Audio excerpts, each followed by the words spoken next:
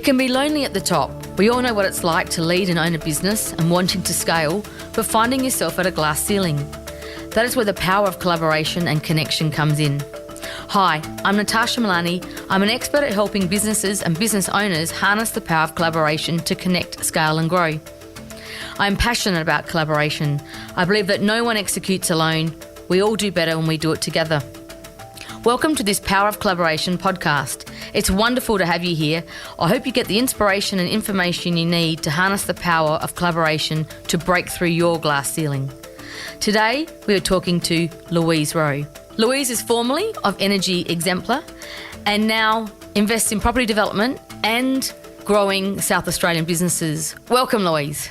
Thanks, Natasha. Thanks for having me. Louise, I know your story and it's one of great success. I'll just start by asking you, where do you hail from? Tell us about Louise. I'm formerly from Adelaide, from a working class family, public school education, and did an apprenticeship in carpentry and a bit of bibs and bobs from there, worked in pubs, security, and then in 1999 formed Drayton Analytics, which formed into Energy Exemplar, which is a power market simulation software company that ended up being a global software company in the power market industry. From hospitality and security to founding an energy technology business, can you share with the audience about that journey? Yes, I was a security guard on the privatisation of ETSA, where I was studying to do a private investigating Cert 3 to run my own private investigating company, where I met my future husband, Glenn, who was a consultant on the sale and was over here from New Zealand.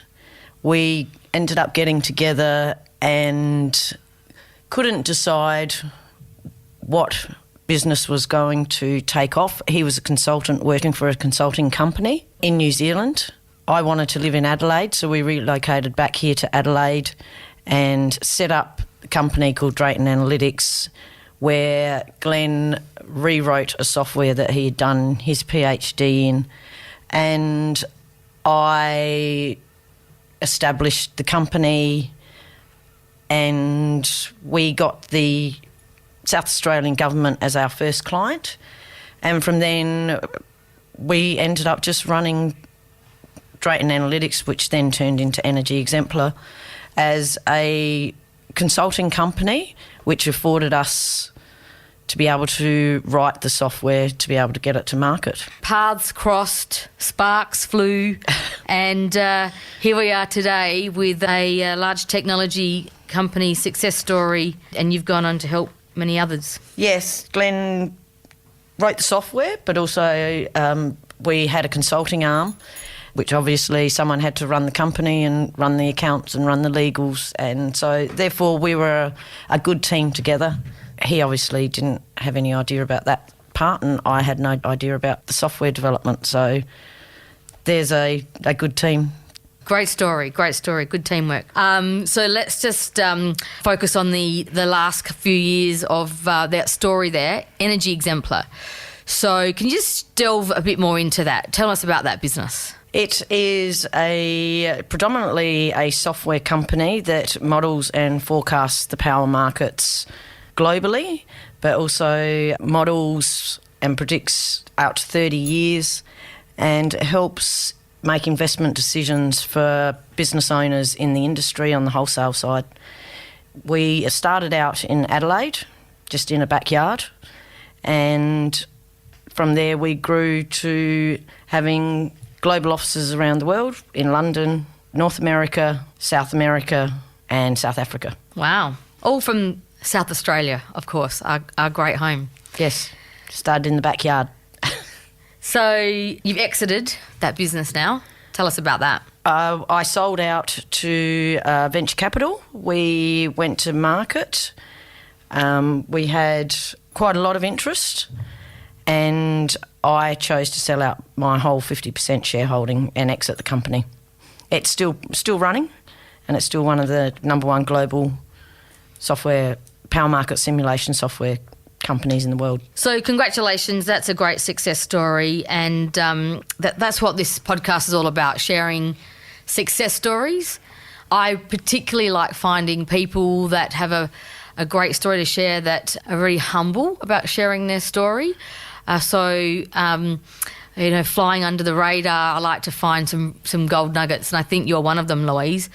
This particular podcast is on the power of collaboration. So collaboration, like I said, I'm passionate about it. When we do it together, we all do better. Have you got some examples or some stories within the growth of your business where collaboration was critical to get you to the next, sort of that next tipping point? We had a fair few incidences of collaboration. A lot of our first ones was getting out to the global market, which obviously, being a small company, there's only so much that you can do. So we had distribution agreements with consulting companies, one in Victoria who did the Asia Pacific, one in Amsterdam that did the European UK region, and one in Sacramento, North America, that did North American region. So distribution agreements, obviously that's a way to get your product to market, and it is a great example of collaboration. Tell us about some of the challenges that comes with distribution agreements. One of the big challenges is we didn't have control, so we couldn't control the story to the market or the marketing materials, the level of support. They did the first tier support and we would do the second tier support and the bug fixes or any issues with the product. One thing is we did set the price and then they could do any markups from there. We found that a consulting business would do it as their second point of business rather than them being their driver, whereas the group in Amsterdam, it was their number one point of business, so they were a lot more driven and a lot more successful at the process. And North America, there's also a cultural difference. So having people on the ground in their own regions can adapt to the culture and even the language in the marketing material and the way it's presented. So there's a couple of key points there in terms of the cultural differences, the priority that distributors would place on taking your product to market, and the control of some of the things that you wanted to get some continuity on. So how did you overcome some of those challenges? What mechanisms did you put in place to overcome some of those challenges? We bought them out. Good strategy. We actually worked quite closely with the Asia Pacific distributors. Obviously, that's our region, but also we had to make it very clear to the end users that they couldn't bypass our distributors because that's part of the agreement. So working closely with them relies on a bit of trust? It relies on a lot of trust. Talk to me about trust. It's one of my favourite words. Trust in terms of in a business context. Well, you have to trust people to execute in the best interest of your business and also their business. You actually have to put aside personal issues, even if you have them, because at the end of the day it's a business, which is sometimes people can do it, but a good professional person actually can do it. And you've got to rely that that's their business and that's their motivator. So out of the Energy Exemplar part of your life, because there's more for us to talk about with Louise because she's done so many things, if there was one learning that you'd like to share with the audience about what was the true success of the growth of the business, any practical tips that you've got when it comes to collaboration? I think the more that you stop and listen to the people that actually really care about your product, there's a lot of growth in that. We also collaborated a lot with the academic area, who are very, very passionate about what they do and their industry. And the good thing with them is they're actually not motivated by money. They're motivated by the benefit to the industry and to society. So they were very, very good at doing research and feedback to the development team, which improved the product dramatically.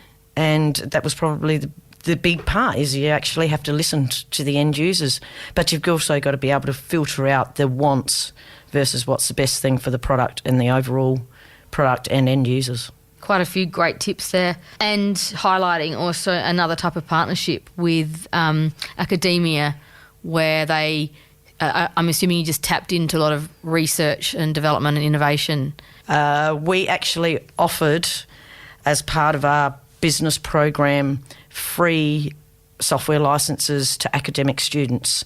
So they would use it as part of their master's programs or part of their PhD research projects, which would normally, for academics that they don't have money and students, that it was publicly available, and we actually didn't restrict them on what version they had. So they had the full commercial version. So all of their reports related very accurately to the region and the commercial output of their country, their market. There's great purpose there too. Louise, SA Leaders, as you know, is a network of South Australian business owners and decision makers that are looking to grow their business. I always talk about the fact that the companies in the Leaders Network are like my kids because we're watching them grow up and we care and we nurture and we support them.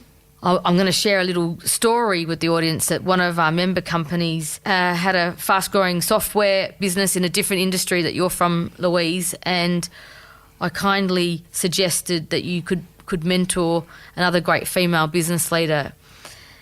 That's collaboration in itself. But would you mind just sharing the story about when I introduced you to Nguyen, your freight agent, and tell us about that journey? When I finally met with Noi from Your Freight Agent, which she reluctantly got in contact with me, she was in distress. She had the world on her shoulders and was virtually to the point of not being able to continue on her business. I sat down, had coffee with her, discussed where the issues might be, and then I caught up with her on another occasion, and she had withdrawn a contract that I told her not to submit because it was possibly given a big portion of her company away just to be able to win a job. We then reviewed it afterwards, which was the best thing. We changed the way that she approached business from being a freight brokerage company to now, as well as being a freight brokerage company, selling subscription model of the software that she has developed for her in-house, but for her other competitors and other freight brokerage companies to be able to utilise it within their businesses. So the message there is, I always talk about business can be lonely at the top, leading a business, wanting to scale. With the right support structure around her in this instance, she was able to get some third-party independent view of the business and ultimately change the business model. That's another great example of collaboration. And you said she was reluctant at first. Tell us about the relationship that the two of you built as part of that process. Noi and I have actually become quite close personally, but also through the process of changing the business model, commercialising the software that is produced, and also trying to get it through the board and get them across the change of the business model and explaining to them that software technology was the way of the future for Your Freight Agent to be able to keep its head above water and continue to be able to be successful. We had to do that and had to go through the process, and it would be a time-consuming process. It wouldn't be done overnight. Noi felt that she didn't have the support she needed or the understanding, because the people that were supporting her were not from a technology company. They were either from freight industry or board members that actually didn't have the technology knowledge. And technology is not an easy thing, and it always takes 10 times longer than you'd expect. So after giving her that support, she felt like she wasn't actually going mad. And she's so much happier now. She's motivated. She wants to get out there and sell the product. And what does the future hold for that business? The future, she has just signed up Hungary, one of the Hungary clients, next she'll be looking at Singapore. So not only is she just doing her freight brokerage from Adelaide, she's now selling subscription licenses for the brokerage platform into other regions and other countries throughout the world through referrals. Through referrals, collaboration? Yes. Just if you could delve into that a bit more. She has people that she had contacted them and got them to sign up to the platform.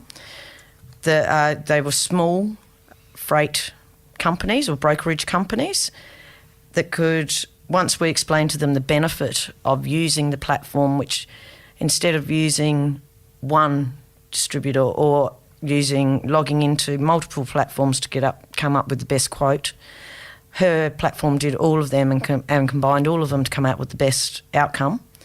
So it was much more time efficient, and then they just bought the subscription. They were happy with the subscription and then refer it on to their other partners in different regions. Yeah, I'm looking forward to seeing the growth of that business. Exciting times ahead. It is the next one is Singapore, the referrals from Singapore, and that is, we haven't even really tapped into the skills of putting Noi out there in the sales front, selling the product. These are ones that are low-hanging fruit from prior. Great story there. Again, all from South Australia. And I think it's very generous of you. You've offered your expertise and you ended up investing in that business. Yes, I own nearly 30%. And that is, it's recognised. I recognise that that business has now got some great scale potential to it. It has great scale, but also now that the shareholders can see that there's been progress from nearly having to close the doors and losing money to potentially we will make a profit this year, and then from next year onwards I think we'll make a decent profit. And so therefore it is an investable company that can bring other people that have got other skill sets on board. Fantastic. It's a technology business. Energy Exemplar was a technology business. What do you see is different about technology businesses versus other traditional businesses? What differences do you see in terms of skills, leadership, the cost? Cost? Takes 4 times as long, 10 times more. Technology is it's a fantastic industry, but I think people that come from a different business industry, it's really hard for them to get the concept around it. It's slow. Everything takes longer than it should or as anticipated. It's more expensive. The skill set and resources are getting a lot harder to find, especially if you're in a specialised industry like the energy industry. They're getting harder and harder to find and a lot more sought after resource, and so they become more and more expensive. The same thing for even your freight agent and another technology company I have. To find good developers is also becoming a hard task, and it's getting more and more expensive. Wow, there's so much in that. You think technology, you think faster, but actually you're saying technology is actually a slower growth regime. Absolutely, yes, it is. That's why it's hard to explain to people that aren't in the industry, say, I don't know, accountants or someone that, freight logistics or something, but not on the technology side, that they think things will just be pumped out overnight, and they're not. And in terms of the skills, you say the developers to source, where does collaboration play there? So, because I imagine there's some secret sauce there that technology companies are trying to protect, yet you might need to outsource to get the skills that you need, maybe offshore. How do you balance that out? That's a good question. That's a very, very hard one. IP protection is your business if you have a technology business. And when you outsource, people have access to a certain portion of your source code, but also you have to make sure that your legal contracts are really ironclad, that you own the IP that is developed and not the contracting company. Yeah. That's a big thing. It's a big thing that a lot of people oversee. They leave themselves open to that. Even websites, people will structure a website contracted out, and the contractor actually owns the website and doesn't hand over ownership at the end of the contract. So there's some fine grain detail that's required there. There is, yes. You've mentioned contracts a few times in your story when it comes to a few of the different examples that you've given. Sometimes you don't know what you don't know. You've got a lot of experience in writing and editing and giving feedback on those contracts. I mean, what's your one tip, I guess? Apart from getting a good lawyer and advisor, what's the one That is a good tip. What's another tip that you could give that is a bit of a more personal insight? With the development of software, make sure that you have a really good license agreement before you start issuing licenses that don't. Make sure you also have expiry dates on or time bomb the licenses that you issue on a subscription basis. Therefore, if you don't have them sign a contract at the beginning, which you always should, then you can always implement that afterwards. But having a good end-user license agreement is paramount when you're delivering software. Great tip, thank you. Just going back quickly to Energy Exemplar. Energy Exemplar is a very successful technology business in the energy sector. It changed the world, in fact, in which we're playing in that industry. Many people build a technology business with this end goal in sight to exit to maybe someone who acquires them globally, the big dream, that there's so many hurdles along the way. What gets you to a point where a technology company becomes really valuable? We said from 5 years we would be sale ready and we would sell out. It took us 20 years before we sold our company. So the rule of thumb is, I guess, with any business, you should always be sale ready.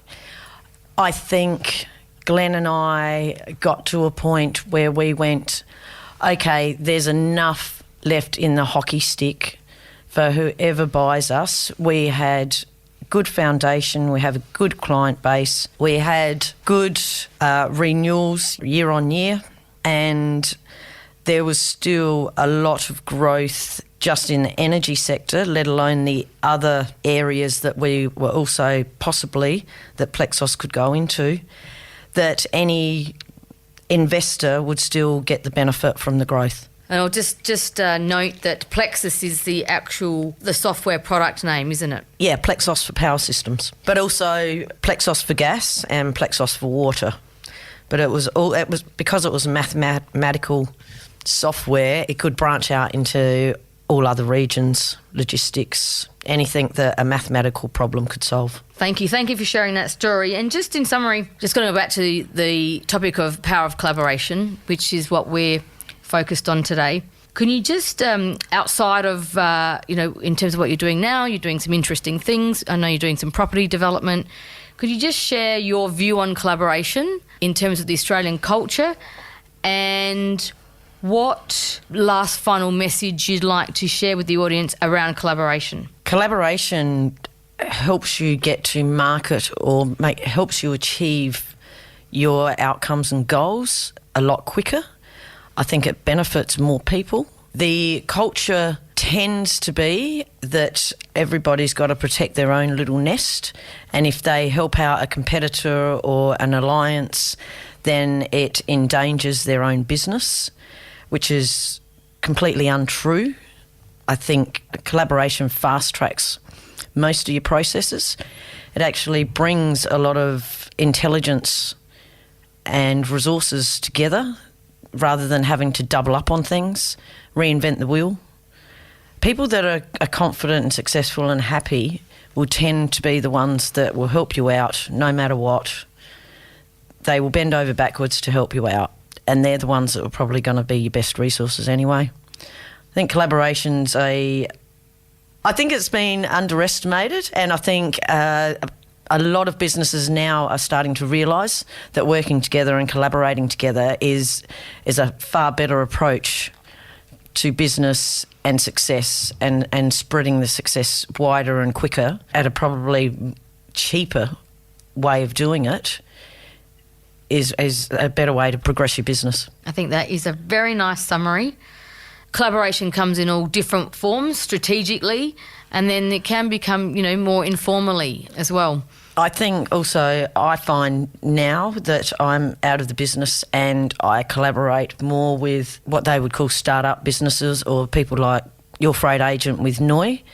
I personally get so much more satisfaction out of helping them and seeing them thrive and flourish, and seeing Noi with a smile on her face every time I see her rather than frown lines and wondering how she's going to pay the next bill. It's a really personally satisfying place to be in. I agree. It's personally satisfying for me too to see the smiles on both of your faces. And I'm truly grateful that you've spent time with us today. I think you should be commended for everything that you've achieved. You're a good friend of mine and I'm proud, and I actually want people to know about your story because a smart female South Australian, giving back, generous, has built something very successful. Why wouldn't we share that story? Why wouldn't we learn and share for one another? So I'm grateful for your generous time today. Thank you for having me. At SA Leaders, we're all about collaboration and community. If you're curious to know more about how we help businesses and leaders just like you to scale and grow beyond their glass ceilings, then visit our website at www.saleaders.com.au. And please don't forget to subscribe, share this podcast with your network, and write a review if you really enjoyed it. I'm Natasha Milani, and I look forward to chatting with you next time. Happy connecting.